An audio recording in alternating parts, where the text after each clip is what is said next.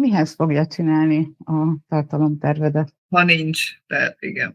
Ha nincs marketing terved, nem tudja, meg te sem tudod, hogy hova, hogy mennyi bevétel lesz, akkor nem tudod, hogy hány kampányt kell csinálnod az adott évben. Ha nem tudod, hogy hány kampányt kell csinálnod az adott évben, akkor ő hogyan fogja tudni megtervezni a tartalmaidat?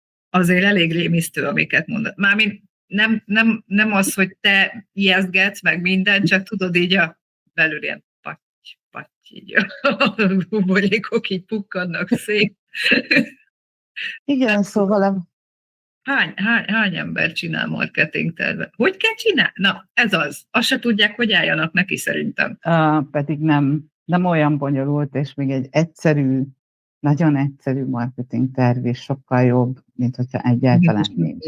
Persze. Tehát a tervezést, ezt én egy nagyon fontos elemnek tartom ilyen szempontból, mert van, aki ösztönből tud dolgokat, és ösztönből eljut egy szintre. De ők vannak kevesebben, nem?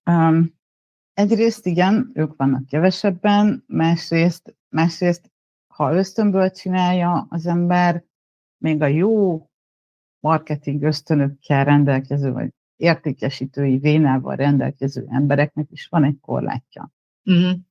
Persze. Egy nagyon-nagyon-nagyon komoly korlát, mert ha jól csinálja a marketinget, akkor lesz marha sok vevője, ügyfele, annyi, amennyit majd nem fog tudni ellátni. Na, és akkor jön a kiégés, meg a többi, hogy nem bírja. Meg túl későn fog felvenni embert, aki segít neki, most akár alkalmazott, akár alvállalkozóban gondolkodunk,